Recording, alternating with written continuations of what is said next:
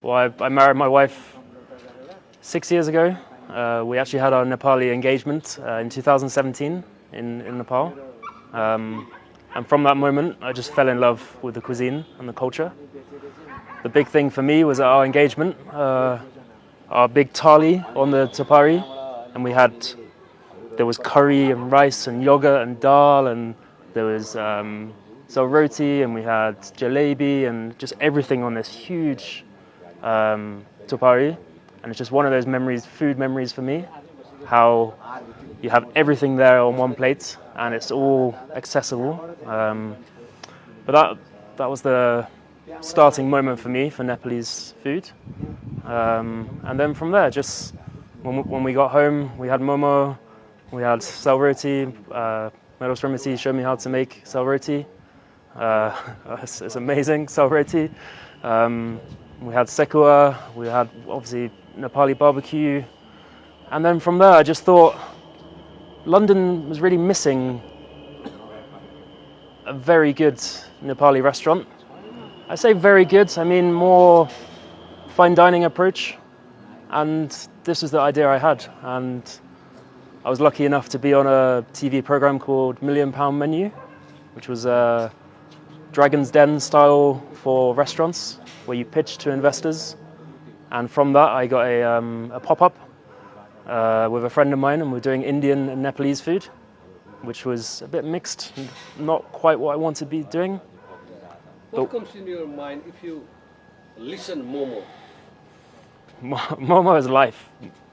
Honestly, that's it. I just love momo. Like it's the one dish that sums up Nepal for me.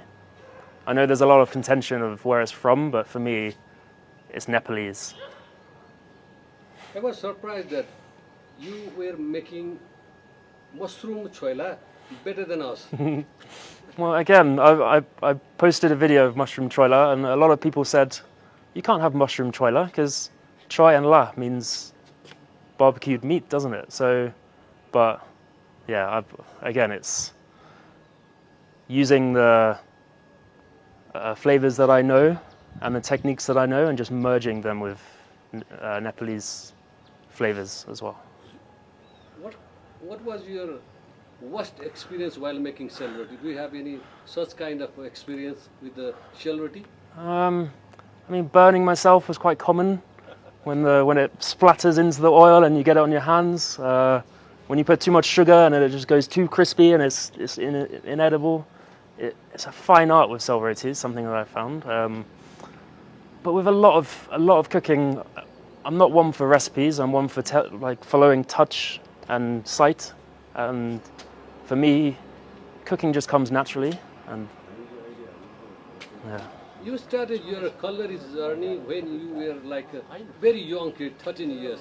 Yeah.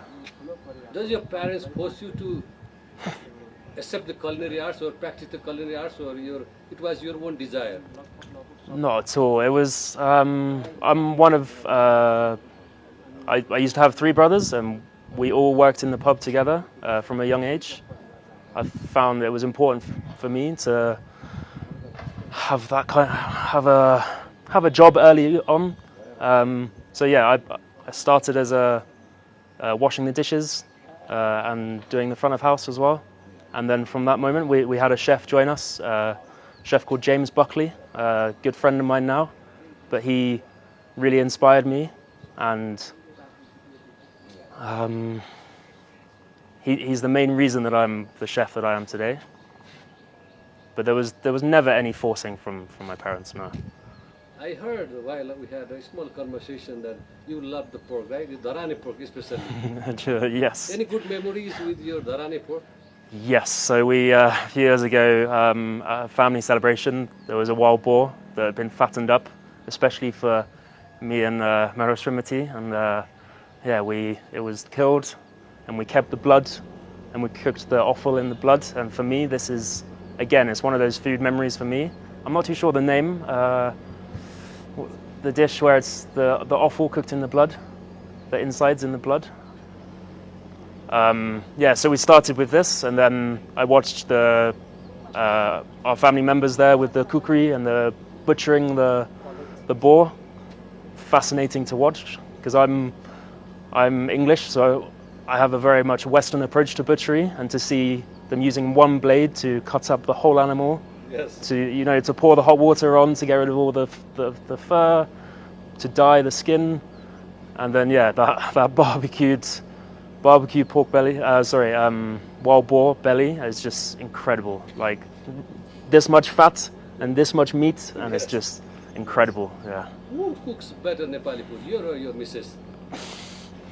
Do I have to answer that? Yeah, please.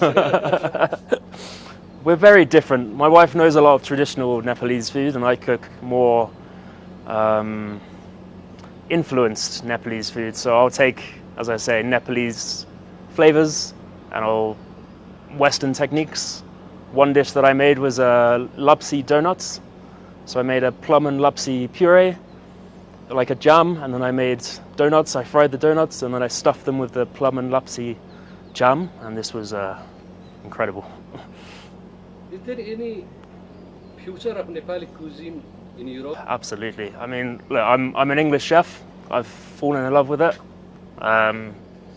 Before Nepalese cuisine, I was very much about fine dining, Michelin stars, all of this, and I don't see why I don't see why there couldn't be Nepalese Michelin star restaurants. You look at India 20 years ago, Michelin didn't exist, and now there's Michelin restaurants everywhere. And I just think, why not in Nepal? Why not in Kathmandu can we have one Michelin star restaurants?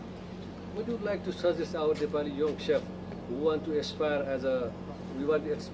his career as a chef? What would be your suggestion? Just stick with it. It's such a fruitful career. You meet lots of new people. You learn new things. If you have a passion for it, just stick with it. That's all I would say. It's such a great career to have. Thank you, Alan. Thank you.